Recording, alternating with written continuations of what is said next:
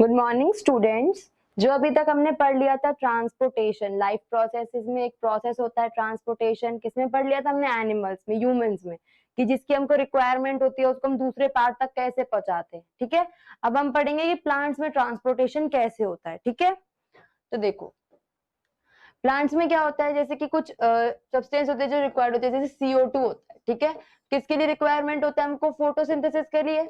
ठीक है, तो उसका कैसे ट्रांसपोर्टेशन होता है? उसको हम डायरेक्टली ले लेते हैं लीव्स में। ठीक है, ये क्या है? एक सिंपल सब्सटेंस है, सिंपल कंपाउंड है, जिसको क्या हमको फोटोसिंथेसिस करने के लिए, क्योंकि हमको प्लांट को फूड प्रिपेयर करना होता है, तो ये उसके लिए उसको क्या करता है? ले लेता है। कहाँ से? एटमोस्फेयर से डायरेक्ट ले लेता है। ठीक है, बट ग्रोथ के लिए प्लांट को एक रॉ मटेरियल्स भी रिक्वायरमेंट होती है बहुत सारे, जो कहाँ होते हैं? सॉइल में होते हैं, है ना। सॉइल में होते हैं रॉ मटेरियल्स बहुत सारे, जैसे कि नाइट्रोजन है, फास्फोरस है, एक्सेट्रा एक्सेट्रा। ठीक है, अब उन रॉ मटेरियल्स को क्या करना होता है? प्लांट्स को लेना होता है। तो प्लांट्स लेकर एक पार्ट से काम आएगा वो दूसरे पार्ट पे, क्योंकि जहां से वो ले रहा है जरूरी थोड़ी ना है कि उसी पार्ट को काम में लेना है। जैसे कि सॉइल में होती है, तो सॉइल के कॉन्टेक्ट में क्या होता है? यहाँ पर जैसे अगर ये सॉइल है तो इसके कॉन्टेक्ट में जो नीचे होगा प्लांट का पार्ट, वो क्या है? रूट्स। तो रूट्स क्या करेंगी? इस चीज को एब्जॉर्ब करेंगी। ठीक है, कहाँ से? नीचे से। और कहाँ काम आएगा हमको? लीव्स में, जहां पर खाना प्रिपेयर हो रहा है वहां पे क्या आएगा? काम में आएगी चीज। ठीक है, तो इसको क्या करते हैं? हम पहुंचाते हैं, ट्रांसपोर्ट करते हैं यहाँ से इधर तक। ठीक है, उस रॉ मटेरियल को जिसकी क्या है? रिक्वायरमेंट है। तो ऐसा भी हो सकता है कि जो रूट्स हैं, और कभी कभी ऐसा हो सकता है जो जहां से हमको लेना है, जिस जगह से हमको लेना है, जो पार्ट ऐसा प्लांट का है जो क्या करेगा? उस रॉ मटेरियल को लेगा, और ये कौन सा दूसरा पार्ट क्या कौन सा? ये जो उस मटेरियल को यूज करेगा। अगर ये दोनों पार्ट बहुत पास होते हैं, बहुत अगर क्लोज होंगे किसी भी प्लांट में, तो क्या होगा? ट्रांसपोर्टेशन इजी हो जाएगा, हमको कम दूर तक ही पहुंचाना पड़ेगा। तो यहाँ पर सिंपल डिफ्यूजन। ठीक है, अगर सिर्फ सिंपल डिफ्यूजन होगा ना, डिफ्यूजन जो आप पढ़ के आए हैं 9th क्लास में और भी छोटी क्लास में पढ़ा है आपने, सिंपल डिफ्यूजन के प्रोसेस से क्या हो सकता है? इन मटेरियल्स को पहुंचाया जा सकता है। कैसे? कि बस इधर कंसंट्रेशन ज्यादा होगी, सॉइल में उनका सब्सटेंस की कंसंट्रेशन ज्यादा है, रिक्वायर्ड किसको है? रूट्स को है, और आगे किसको है? लीव्स को। तो वहां हाई से लो कंसंट्रेशन पे वो धीरे धीरे डिफ्यूजन के थ्रू ही पहुंच जाएगा। बट अगर किसी प्लांट में, जो कि टॉल प्लांट्स है या फिर लार्ज प्लांट्स है, उनके अंदर क्या होगा? डिफ्यूजन कहाँ तक कराएंगे? कैसे कैसे कंसंट्रेशन हम देख सकते हैं कि आगे तक जा रहा है, नहीं जा रहा। ठीक है, तो वहां पर दूसरे प्रोसेसेस काम में आते हैं। इवन जैसे कि जो टॉल प्लांट्स होते हैं, प्लांट्स में रिक्वायरमेंट भी क्या होती है? प्लांट्स एक तो क्या होते हैं? मूव नहीं करते। क्या करते हैं? मूव नहीं करते। दूसरी चीज, इनमें मोस्टली पार्ट कैसा होता है? डेड होता है। ठीक है, जैसे हमको उसका जो बाहर से हम देखते हैं, वो ऐसा करिए कोई प्लांट है, तो इसका जो ये वाला पार्ट है ना, यहाँ जो ग्रीन है, ये तो क्या है? लिविंग है। इसमें जो ब्राउन कलर का पार्ट दिखता है ना हमको नीचे, ये जो ब्राउन बार्क वाला, वो क्या होता है? बार्क क्या होती है? नॉन लिविंग होती है। तो बहुत सारा पार्ट क्या होता है? डेड होता है, जिसको क्या है? रिक्वायरमेंट ही नहीं है उस चीज की। ऊपर से एनर्जी उसको, क्योंकि वो मूव नहीं करता, तो उसको एनर्जी चाहिए ही नहीं इतनी कि वो मूव करता रहे। ठीक है, तो एनर्जी इसके लिए नहीं चाहिए, ऊपर से डेड है, उनको भी एनर्जी नहीं चाहिए, तो एनर्जी की रिक्वायरमेंट क्या होगी प्लांट में? कम। तो जब कम रिक्वायरमेंट होती है, तो इसमें जो ट्रांसपोर्टेशन होता है, वो कैसा होता है? स्लो होता है। ठीक है, स्लो ट्रांसपोर्टेशन से भी काम चल जाता है। क्यों? क्योंकि ये मूव नहीं करते, मूव नहीं करेंगे तो एनर्जी की रिक्वायरमेंट कम। उसके बाद मोस्टली पार्ट इसका कैसा होता है? डेड। तो डेड को भी क्या है? एनर्जी की रिक्वायरमेंट नहीं होती। ठीक है, तो ट्रांसपोर्टेशन स्लो होता है तो भी काम चल जाता है। अब इसमें कैसे कैसे प्रोसेसेस होते हैं, हम एक बार वो देखते हैं। ठीक है, कि कौन सा प्रोसेस होता है जो डिफ्यूजन के अलावा इसमें हेल्प करता है। कट लगा देना, लगा दिया।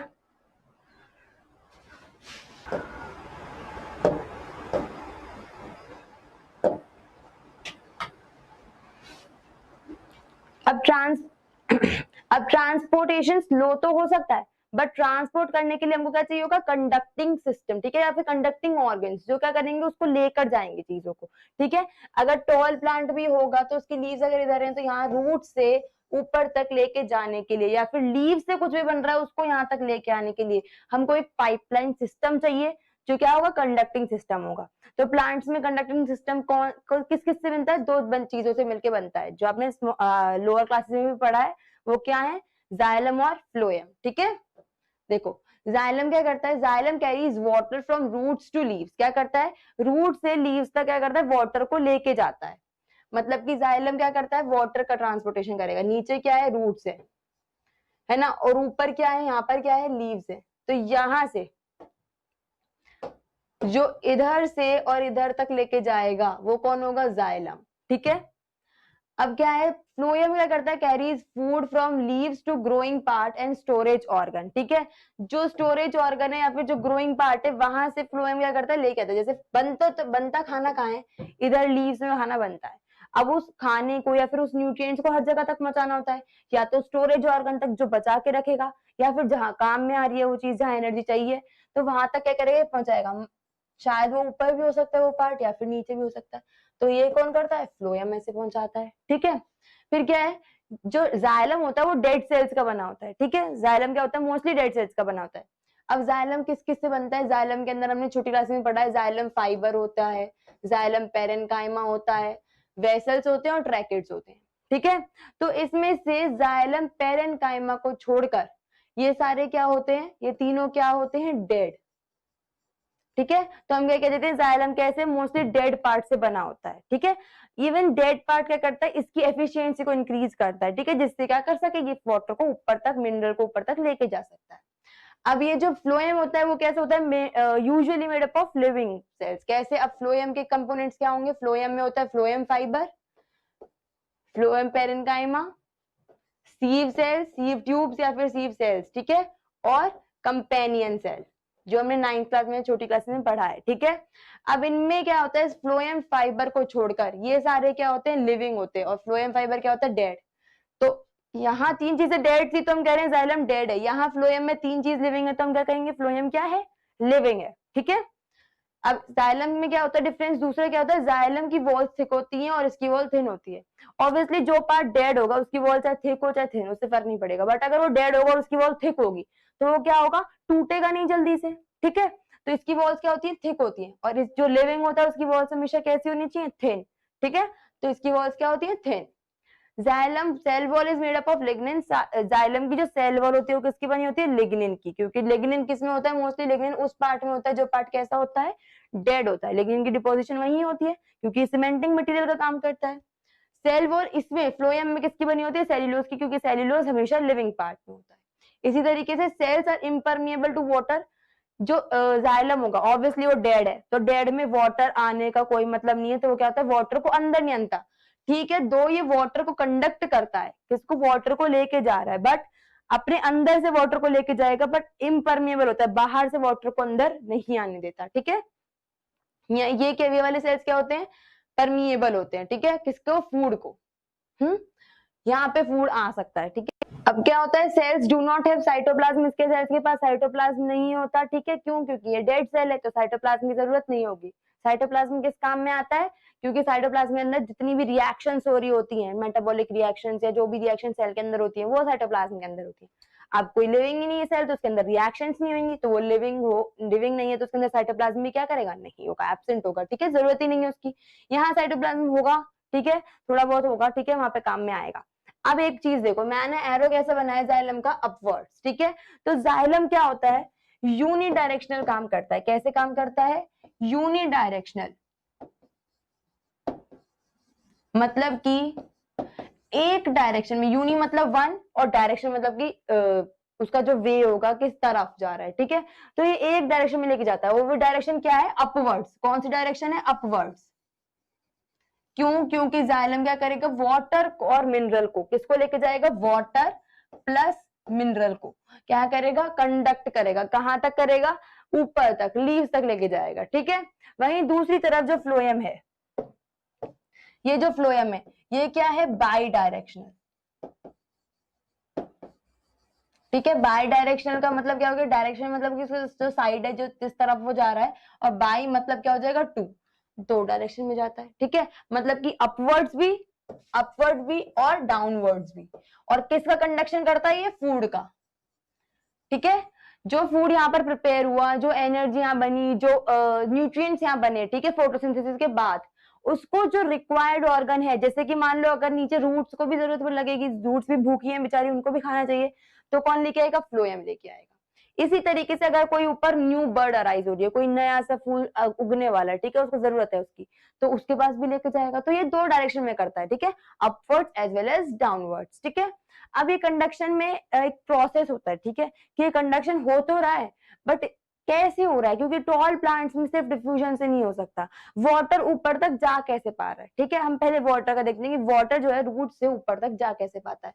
एक प्रोसेस होता है जिसका नाम होता है ट्रांसपिरेशन, ठीक है। It is a process where plant absorb water through the roots and then give off water vapor through pores on their leaves, ठीक है। अब देखो होता क्या है इस प्रोसेस में, वाटर जो होता है वो एब्जॉर्ब कर ले जाता है रूट्स से, ठीक है, क्योंकि रूट्स क्या करती है, वाटर को एब्जॉर्ब करती है, तो ऐसे वाटर प्लस मिनरल क्या करता है, रूट्स एब्जॉर्ब कर लेती है। उसके बाद क्या होता है, ये जो है वाटर एब्जॉर्ब होने के बाद यहाँ जो लीव्स होती है, लीव्स में स्मॉल पोर्स कौन से होते हैं, पोर्स कौन से होते हैं लीव्स के, स्टोमेटा, ठीक है। और स्टोमेटा से क्या निकलता है, पानी निकलता है। वही पानी जो यहाँ पर एब्जॉर्ब हुआ था वो क्या होगा, लीव्स क्या करेंगी, बाहर निकालेंगी।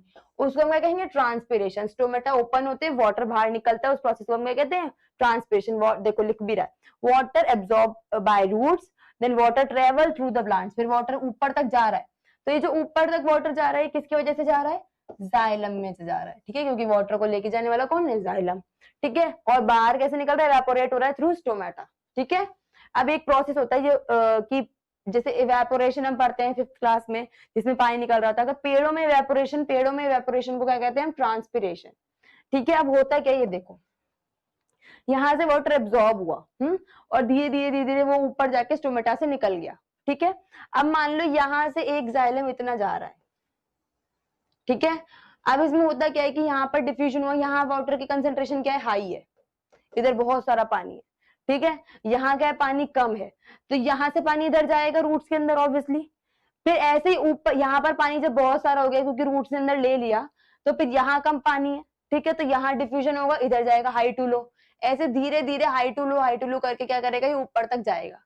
अब क्या हो गया, पूरे में पानी भर गया, और यहाँ से क्या हो गया, धूप में पानी ले लिया, धूप आई, ट्रांसपिरेशन हुआ, स्टोमेटा खुले और पानी क्या हो गया, बाहर चला गया, ठीक है।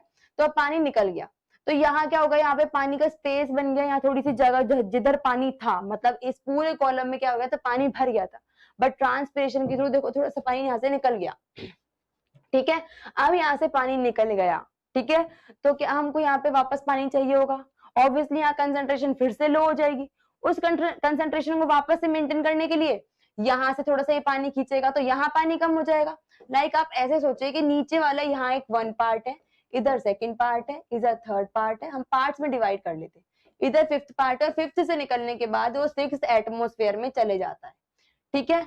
अब होगा क्या, देखो यहाँ वाटर की कंसेंट्रेशन ऑलवेज हाई रहेगी, ठीक है, और जब हमेशा ग्राउंड में वाटर कंसेंट्रेशन हाई है तो वो कहाँ जाएगा, लो कंसेंट्रेशन में, और लो कंसेंट्रेशन कहाँ है, 1 में, ठीक है, फर्स्ट कॉलम में, ठीक है। तो ऐसे कंसेंट्रेशन यहाँ हाई हो गई। अब यहाँ पर पानी नहीं है, यहाँ हाई कंसेंट्रेशन है, यहाँ लो कंसेंट्रेशन, तो ऑब्वियसली हाई टू लो जाएगा, फिर पानी ऐसे गया, फिर यहाँ हाई हो गई, यहाँ पर क्या था, पानी नहीं था, तो यहाँ कम था, यहाँ पानी आ गया, फिर यहाँ जाएगा, तो कंसेंट्रेशन के अकॉर्डिंग ऐसे ऐसे पानी जाता जाएगा। अब एटमोस्फेयर में क्या हुआ, स्टोमेटा ओपन हुए और वो पानी क्या हो गया, निकल गया, ठीक है। अब ये जो पानी है 5 वाला पानी वो निकल गया, तो 5 में क्या हो गया, पानी खत्म हो गया, फिर से कंसेंट्रेशन क्या होगा, यहाँ पर लो, यहाँ पर आई, तो ये यहाँ जाएगा। बट जब ये वाला पानी इधर जाएगा तो यहाँ तो क्या हो गया, खाली हो जाएगी ना, 4 खाली हो जाएगा, जब 4 अपना पानी 5 को दे देगा, तो फिर 4 को कौन दे देगा, 3 दे देगा, फिर 3 को कौन देगा, 2 को, और 2 को कौन देगा, 1 को, ठीक है। तो ये अपना पानी क्या करेंगे, ऊपर फेंकते जाएंगे, जैसे जैसे ये निकलता जाएगा तो ये क्या करेंगे, अपना पानी फेंकेंगे, तो नीचे भी एक कंडीशन आएगी कि 1 के पास भी क्या हो गया, पानी कम हो गया, तो 1 वापस से एब्जॉर्ब करेगा, ठीक है। तो जैसे ही पानी यहाँ से निकलता है, ठीक है, तो वापस से एब्जॉर्प्शन शुरू हो जाता है और फिर निकलता है, ठीक है। तो ये क्या होता है, कंटिन्यूस चलता रहता है। जब यहाँ पर कंसेंट्रेशन कम होती है तो ये क्या करता है, फोर्स लगाता है, खींचता है उस पानी को, ठीक है। जैसे कि देखो होता क्या है, कुछ चीजें होती है, पहली चीज क्या है, ट्रांसपिरेशन पुल लगता है। हमने देखा ट्रांसपिरेशन क्या होता है, ट्रांसपिरेशन पुल लगता है। ट्रांसपिरेशन पुल सुनते हैं क्या होता है, ट्रांसपिरेशन पुल क्या होता है, जब ट्रांसपिरेशन हो रहा होता है तो वो जो फोर्स लगाता है, ट्रांसपिरेशन की वजह से जो फोर्स लगेगा उसे हम क्या कहेंगे, ट्रांसपिरेशन पुल।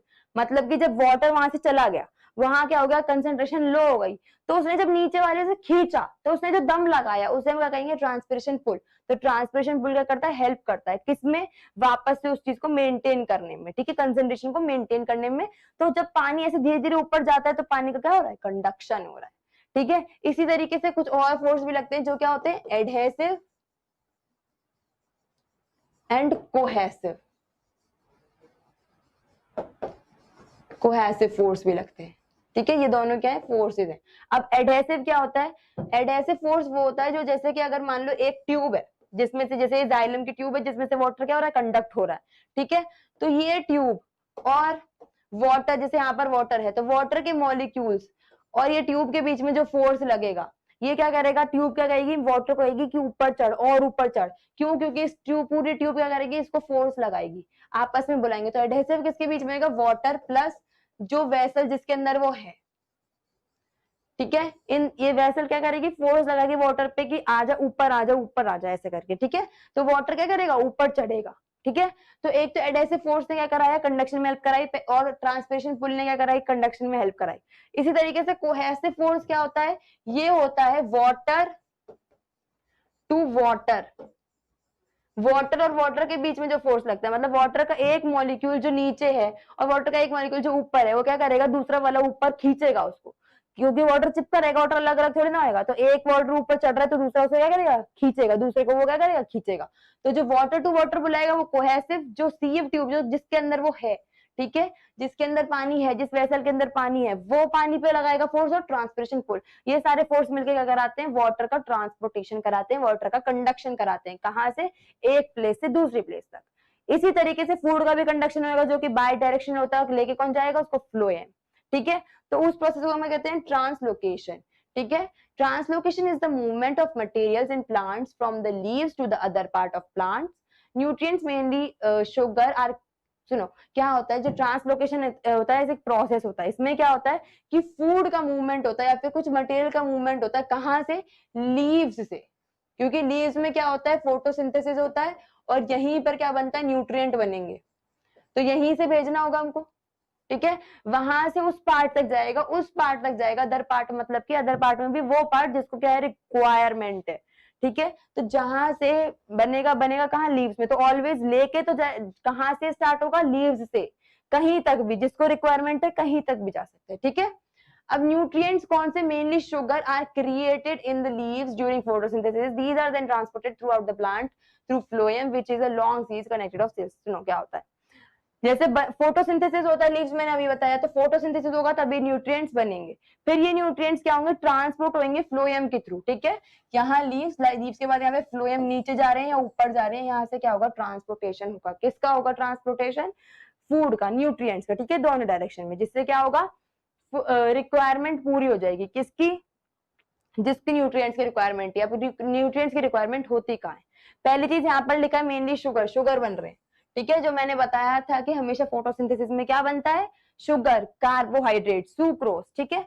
तो यही चीजें क्या होंगी, ट्रांसपोर्ट होंगी। अब कहाँ तक ट्रांसपोर्ट होंगे, अगर रूट्स को भूख लग रही है तो रूट्स तक आएगा, रूट्स को मिलेगा ऐसे आके, ठीक है। उसी तरीके से अगर इसको भूख लग रही है, मान लो कोई यहाँ पर नई बर्ड है, न्यू बर्ड है, या फिर कोई न्यू लीफ आनी है, वहां पर न्यू पार्ट बन रहा है प्लांट का, तो उसके पास जाएगा ट्रांसपोर्ट, ओके, ठीक है। अब होता क्या है कि ऑस्मोटिक प्रेशर में चेंज होता है, मतलब एक ऑस्मोटिक प्रेशर होता है जो क्या होता है, फ्लोएम में फूड भर देता है, ठीक है, और फिर दूसरे जहां कंडक्शन जहां चाहिए होता है, जिस टिश्यू को चाहिए होता है वहां तक क्या करवा देता है, फूड को हेल्प करा देता है जाने में, ठीक है, फूड का कंडक्शन करा देता है, ओके। तो ये क्या हो गया, ट्रांसपोर्टेशन हो गया, किसमें, प्लांट्स में, ओके। नेक्स्ट क्लास में हम पढ़ेंगे एक्सक्रीशन कैसे होता है ह्यूमंस में और प्लांट्स में, एनिमल्स में एंड प्लांट्स में। Thank you.